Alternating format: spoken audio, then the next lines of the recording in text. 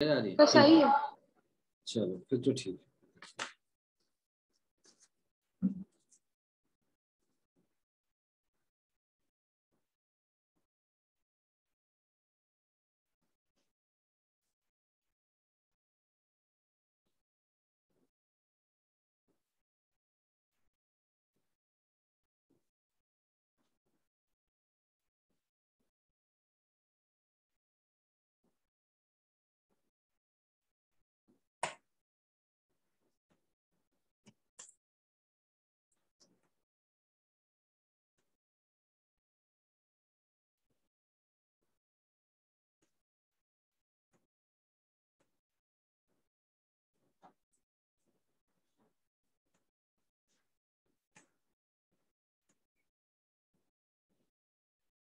ठीक है, देखो ये जो चीज है ये बचपन में सबने किया होता है इंडिया में, यहाँ पर तो खूब चलता है ये सब।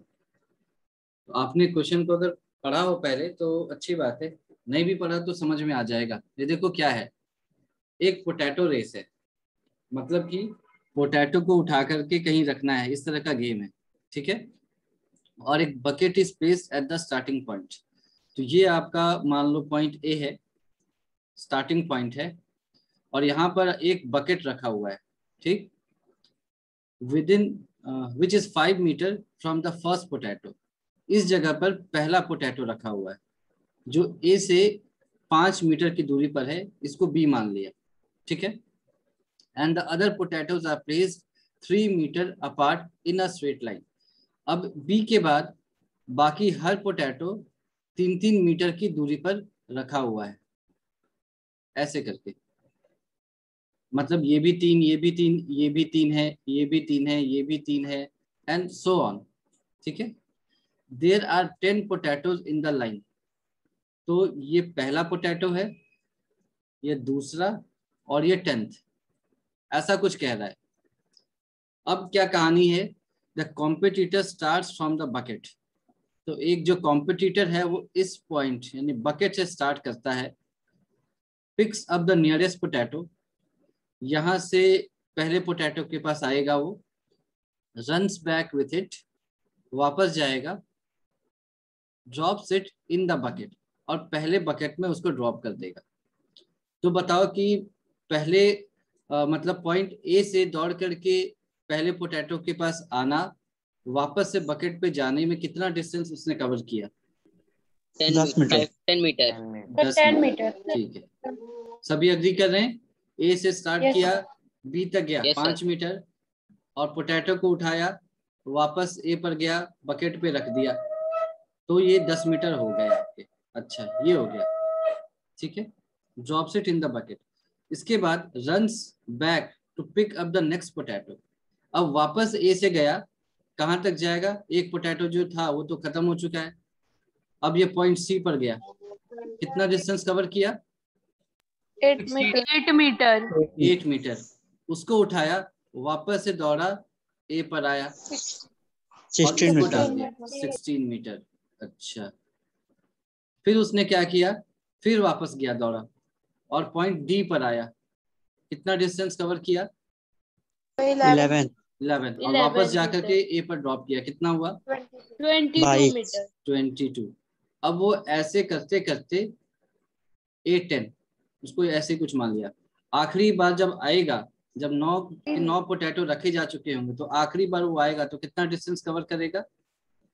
हमें पता नहीं, मान लो ये इतना डिस्टेंस ही कवर करेगा, और वापस से इसको आकर के रख देगा सेम डिस्टेंस। तो हमने उसको A10 मान लिया, तो जितना भी आएगा वो कैलकुलेट कर लेंगे।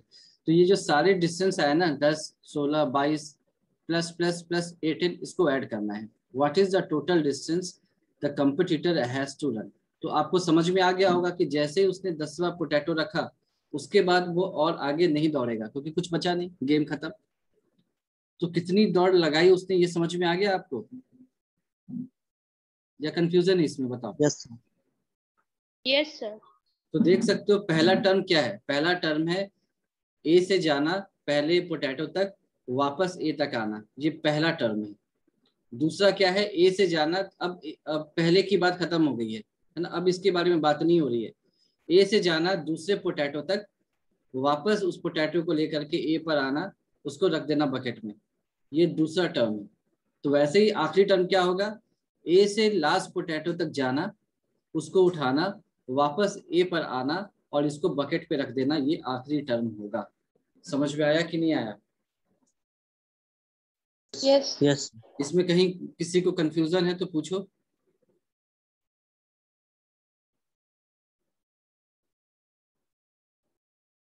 पूछो भाई, नहीं तो फिर मैं सॉल्यूशन स्टार्ट कर दूंगा। मान के चल रहा हूँ कि सबको ये समझ में आ गया। आ गया क्या? Yes, sir. चलो Yes, sir. ठीक है, फिर तो शुरू हो गए। तो लिख लिया कि द गिवन सीरीज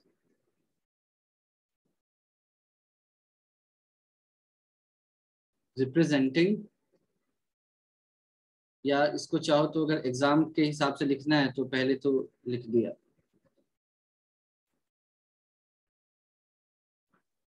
ठीक है ना। डिस्टेंस कवर्ड फॉर प्लेसिंग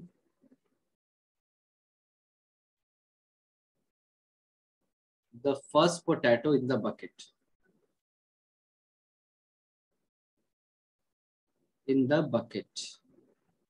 कितना है ये? हो जाएगा 10 मीटर। 10 मीटर था ना? हाँ 10 मीटर्स। अच्छा, उसके बाद क्या लिखेंगे? Distance covered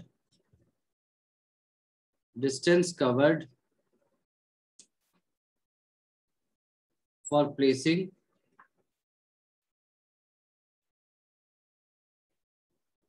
the second potato in the bucket 16. 16 meters, ठीक, 16 मीटर। अच्छा, अब उसके बाद एक और जरूरी होता है तो उसको भी लिख लिया। Distance covered for placing the third potato in the bucket, ये बता दो कितना होगा? 22. 22। ठीक है। इसके बाद आप पता है कि एंड सो ऑन, ऐसा होता चला जाएगा, ठीक है, ऐसा होता चला जाएगा। कहाँ तक जाएगा हमें पता नहीं। तो अब ये जो डिस्टेंसेस है ना, जो डिस्टेंसेस आ रहे हैं, इसको हम एक सीरीज के टर्म्स के रूप में लिख सकते हैं, तो उसको लिख लिया। Yes, sir. Now let us represent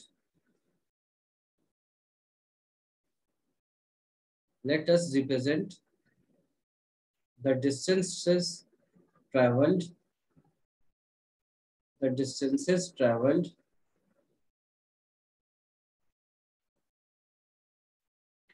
as the terms of a series। एक सीरीज के टर्म्स की तरह हमने उसको लिख लिया, तो उससे क्या होगा? तो उससे ये होगा कि therefore हमारे पास क्या मिलेंगे? 10 मिलेगा, 16 मिलेगा, सॉरी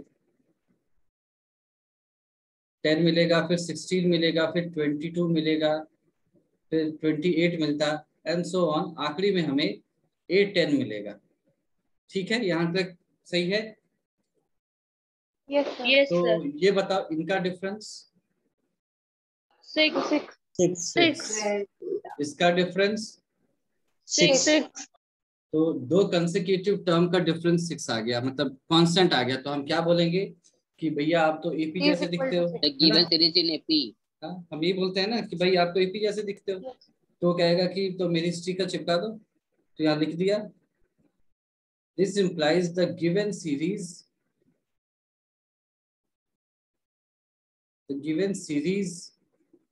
इज इन एपी। जो गिवन सीरीज है वो एपी में। देखो फर्स्ट टर्म क्या हो जाएगा इसका? 10 10. 10। एंड कॉमन डिफरेंस 6 6 हो जाएगा। ठीक है, बस तो सिंपल है। 8 10 आप निकाल लोगे। अच्छा, n पता ही है आपको, उसको लिख लिया पहले। यस सर n आपको 10 बता रखा है ना, 10 potato. n is equal to 10 आपको दिया जा चुका है इस क्वेश्चन में पहले ही। तो अगर आपको n पता है, फर्स्ट सम पता है और कॉमन डिफरेंस पता है, तो 8 10 निकाल लिए। a1 plus 9 into D. तो a1 आपको दे रखा है 10, 9 इंटू 6 क्या होगा 54। तो यहाँ से 8 10 की वैल्यू आपको 64 दिख रही है, 64। है ना, 64 दिख रही है। ठीक है ये। यस सर, यानी लास्ट टर्म हमारा 64 हो जाएगा। हाँ, लास्ट सम 64 है। तो यहाँ से सम निकाल लो। सम ऑफ 10 टर्म्स क्या हो जाएंगे, टोटल नंबर ऑफ टर्म्स क्या है 10, उसको डिवाइड कर दिया 2 से, इंटू फर्स्ट टर्म क्या था आपके पास 10, प्लस लास्ट टर्म था 64। ठीक है, ये हो जाएगा 10 इन बाई 2 इंटू 74, यानी कि 37। ये टोटल 370 मीटर आ गए। This is your answer. ठीक है, यस सर। समझ में आ गया ये, है ना। इसको एक बार फिर से देख लो। ये लंबी चौड़ी कहानी थी मगर बहुत सिंपल था। आपको सिर्फ पहले के लिए डिस्टेंस निकालना है 10, फिर अगले के लिए, फिर तीसरे के लिए। उसी में आपको समझ में आ जाएगा कि ये जो डिस्टेंस जा रहा है ये किधर की ओर जा रहा है। आपको समझ में आएगा कि जो डिफरेंस है वो तो कांस्टेंट लग रहा है, यानी कि वो एपी में है। तो 10वें पोटैटो को लाने और ले जाने में कितना डिस्टेंस होगा वो बहुत आसानी से आप निकाल सकते हैं। तो वो आपको आ भी गया 64। वैसे भी कर सकते थे, 9 इंटू 3 27 होता है ना। अब देखो यहाँ पर 5 है, इसके बाद सब में क्या है 3 3 3 3। तो एक तो यहाँ पर है, इसके बाद कितने पोटैटो होंगे 9। तो 9 इंटू 3 क्या होता है 27, 27 प्लस 5 32, और 2 बार करना है तो 64।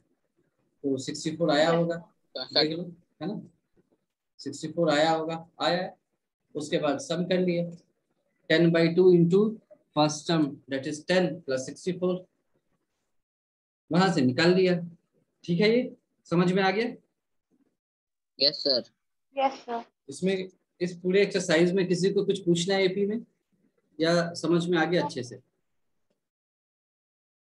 बताओ भाई। सर थोड़ा नीचे कीजिए। एक, और ठीक है, इसकी वजह थोड़ा नीचे, थोड़ा सा और, बस बस बस। हो जाए तो बताना।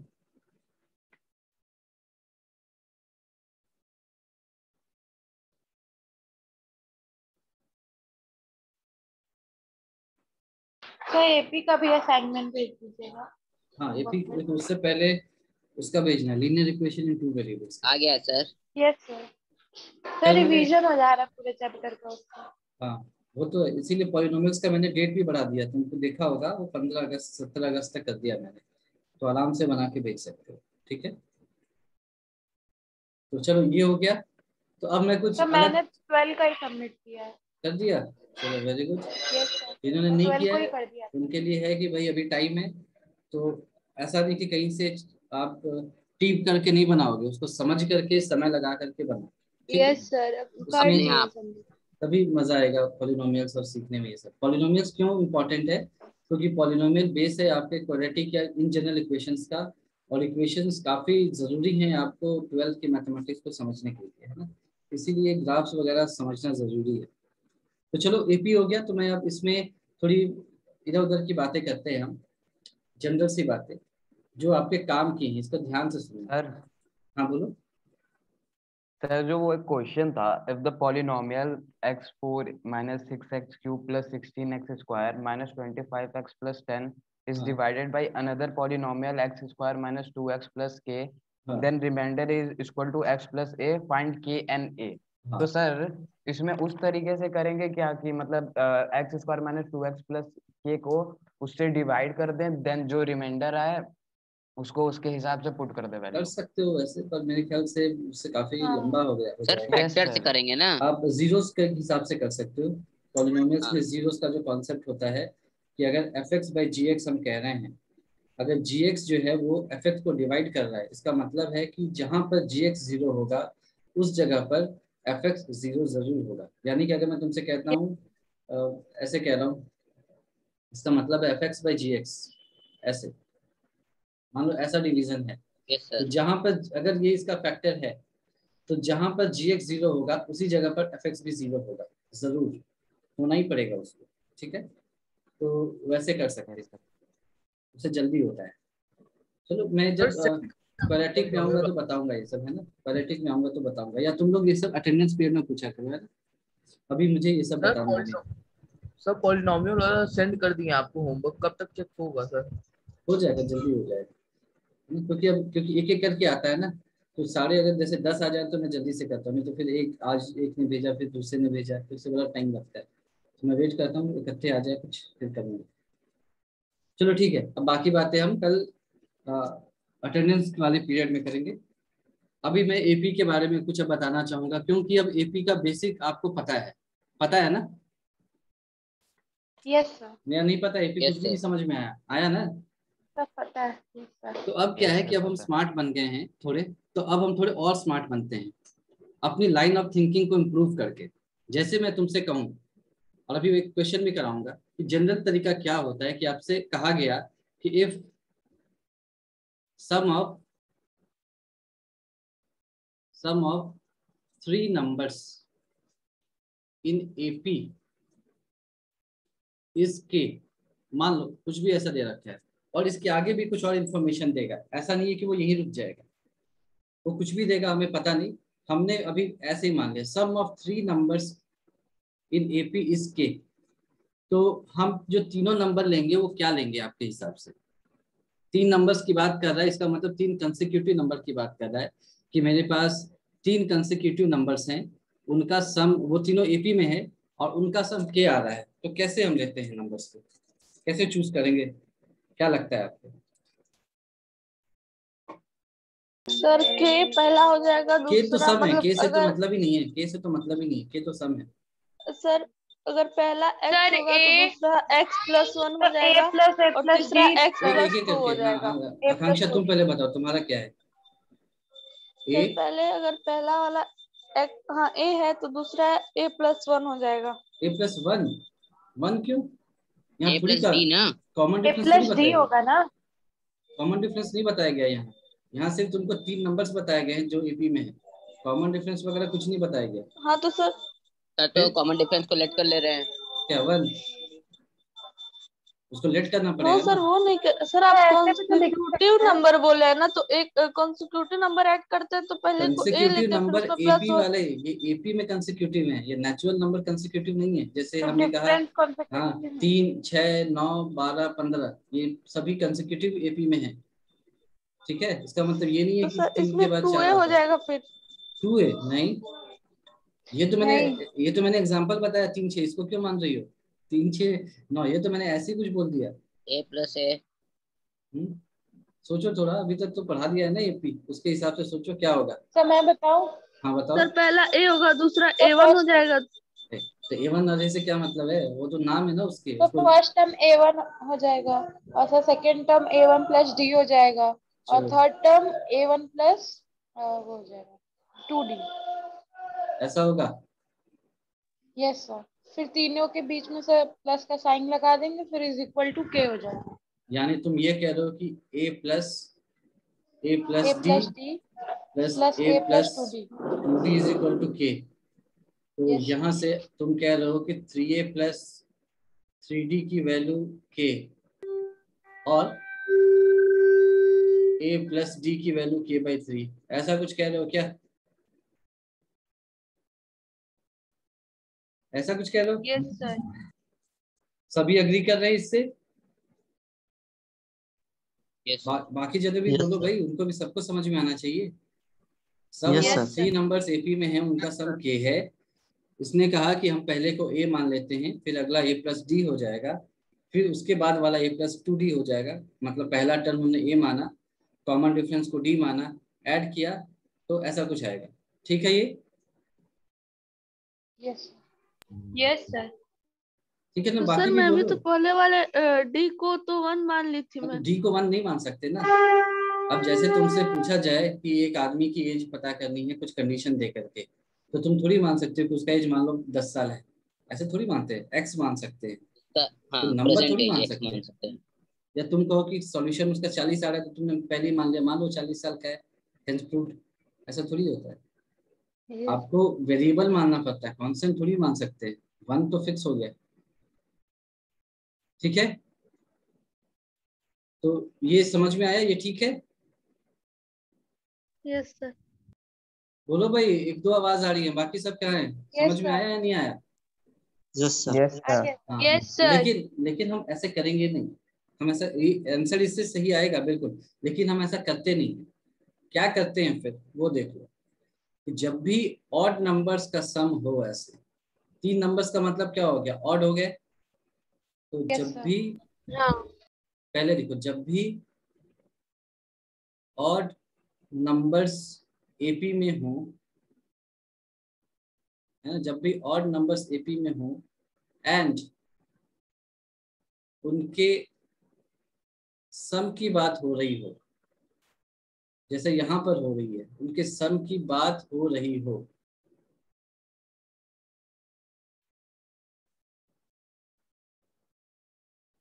तो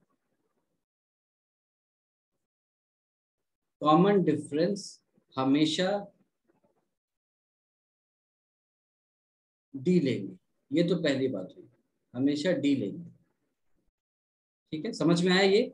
जब भी Yes, odd sir. Numbers AP में हो और उसके सम की बात हो रही हो, तो कॉमन डिफरेंस कितना लेंगे, डी, हमेशा, है ना।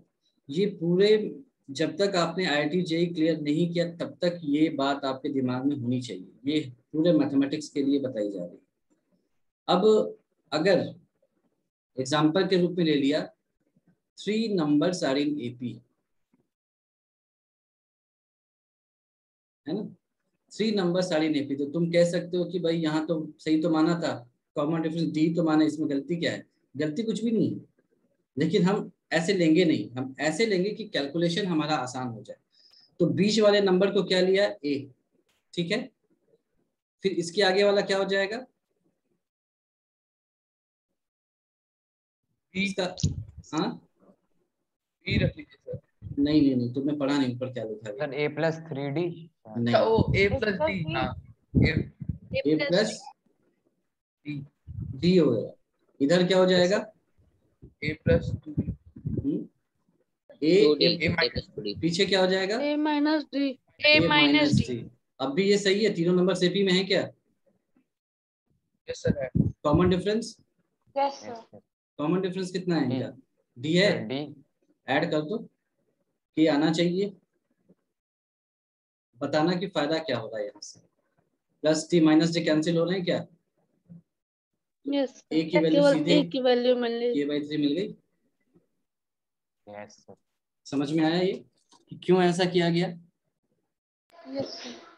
कि हम अपने सर कॉमन सेंस को थोड़ा सा इंप्रूव करेंगे तो हमारा कैलकुलेशन ड्रास्टिकली रिड्यूस हो जाएगा। ड्रास्टिकली मींस सच में ड्रास्टिकली रिड्यूस हो जाएगा। ठीक है, यहाँ से तुम्हें सीधे ए की वैल्यू मिल गई, एक और इक्वेशन दिया गया होगा आपको क्वेश्चन में, वहां से तुम सीधे सब्स्टिट्यूट करोगे, ए डी निकल आएगा। ठीक है, पहले से करते तो सर तुमको जैसे बहुत कष्ट एमसीक्यू होता। टाइप का क्वेश्चन आएगा तो इससे तुरंत कर सकते हैं। एमसीक्यू ही नहीं, बहुत बड़े बड़े सर क्वेश्चंस आते हैं, एक मिनट लेट मी कंप्लीट, है ना, बहुत बड़े बड़े क्वेश्चंस आते हैं एपी में, आईआईटी जेईई तक में आते हैं, और वहां पर भी अगर ऐसा आ गया तो आपको यही करना है।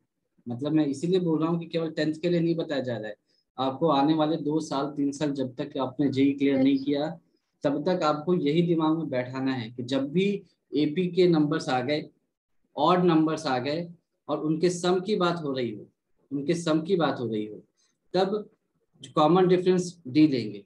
और अगर जीपी में होगा, चलो जीपी आपके सिलेबस में नहीं है तो नहीं पता, वो आगे बताया जाएगा कभी, ठीक है, समय मिलेगा तो यहाँ तक तो समझ में आ गया।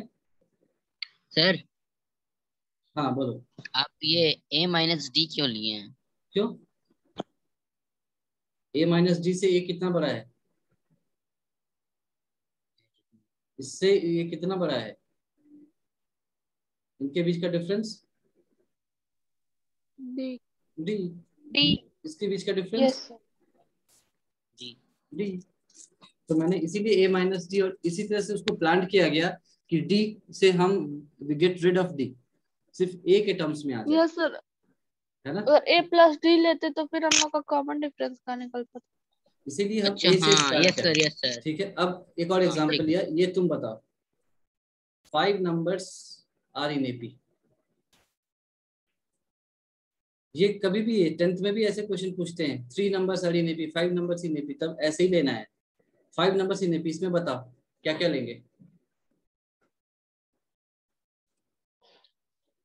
सर हाँ सर बताएं। सर ए माइनस 3D, ए माइनस हाँ 2D, ए माइनस डी और ए हाँ। प्लस और ए प्लस डी।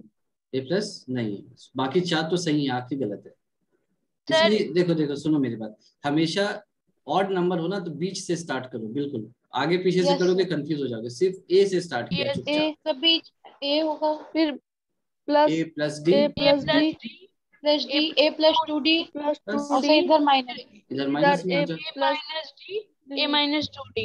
माइनस देखो 2 हो डी। गया ना, ऑड नंबर यस का सर, क्योंकि मतलब 5 नंबर है बस। सर 5 नंबर है तो सर, बीच वाला ए ले देंगे, फिर हाँ। उस साइड माइनस 2 कर देंगे और इस साइड 2 माइनस कर देंगे, प्लस बस। कर देंगे तो हो जाएगा। ठीक है, तो हाँ बोलो आशुतोष क्या बोल रहे सर हो। मैं ये कह रहा था कि सर जैसे मैंने बोला था कि ए माइनस 3D, ए माइनस 2D, ए माइनस डी और ए प्लस डी, तो उसमें फिर क्या मतलब गलत है? उसमें गलत कुछ ये भी नहीं तो है, गलत तो बिल्कुल तो नहीं, वो इधर भी एक सही ही है। टर्म रहेगा बट वो और उधर तीन। उसमें क्या फर्स्ट टर्म और होगा, कॉमन डिफरेंस के टर्म में दोनों में निकल जाएगा तुम्हारा उसमें वाला। हाँ उसमें गलत कुछ भी नहीं है। गलत के सब लिए ये में नहीं बताया, निकलेगा। जैसे तुमने ए माइनस 3D लिया ना, और ए माइनस 2D लिया, और ए माइनस डी लिया, 3 हो गए, ए लिया, ए प्लस डी लिया। ठीक है, तो ये खत्म हो जाएगा, 3a प्लस 2a 5a, तो ये आ जाएगा 5a माइनस 5d, ऐसा आ जाएगा। गलत नहीं है, यहाँ से भी आएगा सॉल्यूशन, लेकिन ये बहुत लंबा आएगा। ठीक है, यस। तो इसीलिए ये नहीं कहा गया कि मतलब ऐसा नहीं हो। मान लो कि वैसे ये ऐसा क्वेश्चन बहुत सिंपल है, इसमें मैंने जो बताया कुछ ऐसा कॉम्प्लिकेटेड नहीं है, लेकिन अगर तुम भूल गए तो ऐसा नहीं है कि इसी में तुम 1-2 साल निकाल दो और एग्जाम छोड़ के आ जाओ, ऐसा नहीं है। क्वेश्चन कैसे भी करो आंसर तो जरूर आएगा, लेकिन उससे अगर 10 लाइन से आ रहा है तो इससे केवल 4 लाइन से आ जाएगा, है ना? और कैलकुलेशन ड्रास्टिकली रिड्यूस हो जाएगा। ठीक है, तो ये समझ में आ गया यस सर। यस सभी को? सर। यस चलो, सर। तो अब अगला क्वेश्चन आपका होगा कि भाई ये तो आपने ऑड नंबर के लिए बताया, अगर इवन नंबर ऑफ टर्म्स हो जाए तो उसके लिए भी Yes, लिख sir. लिया, है ना, उसके लिए भी लिख लिया। If even number of terms, if even number of terms are in AP, then take the common difference equal to 2D। ठीक है, तो यस सर। एक चीज यहाँ पर लिख देता हूँ ताकि ये बिल्कुल तुम्हारे दिमाग में बैठ ही जाए, है ना। अलग कलर से लिख देता हूँ, क्या लिखा, जब odd numbers of terms AP में हो और सम की बात ना भी हो, है ना, सम की बात ना भी हो तो भी ये चलेगा, है ना। सम की बात नहीं है, सिर्फ अगर 3 नंबर्स एपी में दे रखा है तो भी आप ऐसे ही लेंगे, कॉमन डिफरेंस डी होगा। अच्छा, ऑलवेज सॉरी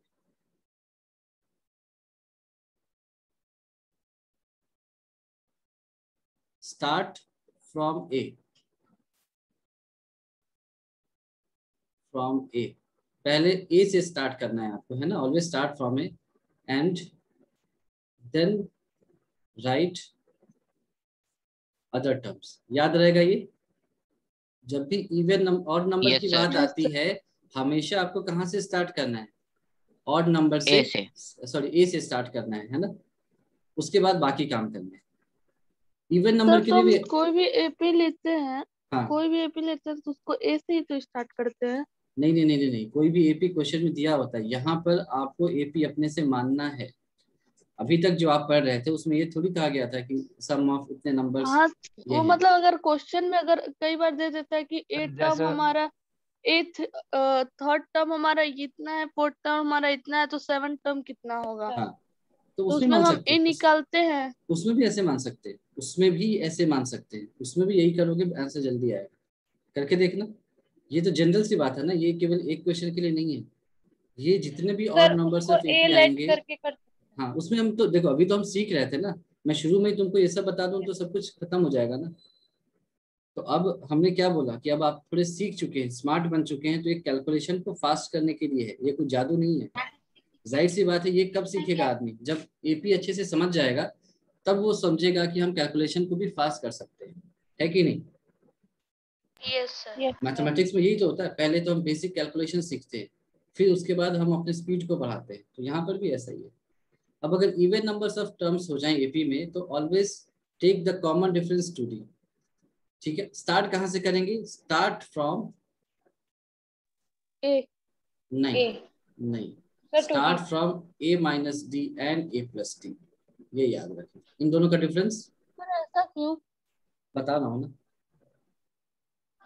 एग्जाम्पल ले लिया, 4 टर्म्स इन एपी।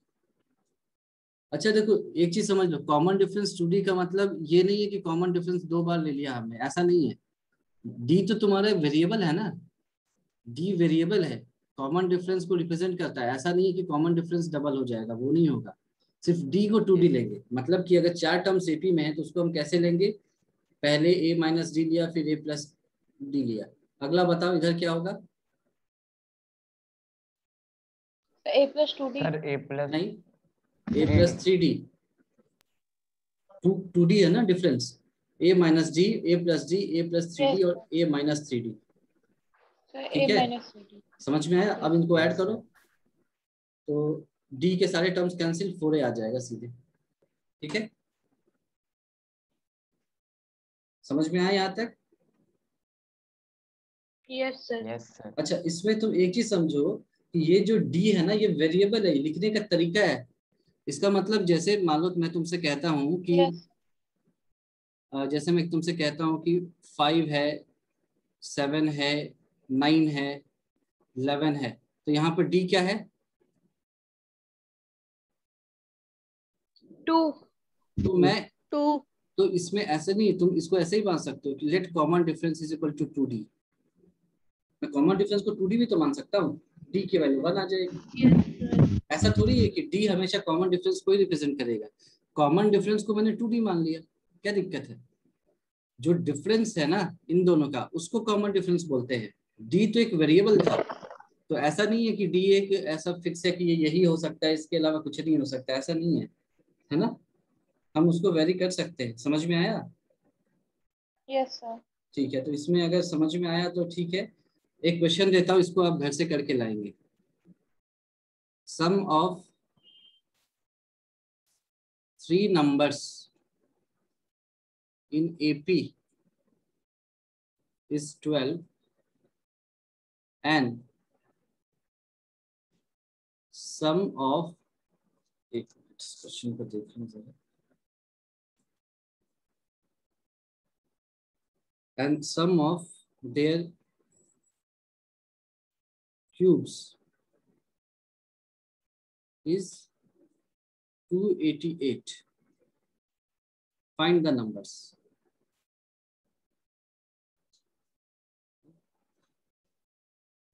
मतलब कि ऐसा कुछ कह रहा है आपसे कि x plus Y plus Z 3 number है एपी में, ये बराबर, ये 12 है, और X cube plus Y cube plus Z cube की वैल्यू है 288। तो आपको एक्स वाई जेड निकालने हैं। ठीक है, ऐसा कुछ कहा जा रहा है आपसे। ठीक है, यस सर। ठीक है, तो नोट कर लिया क्वेश्चन।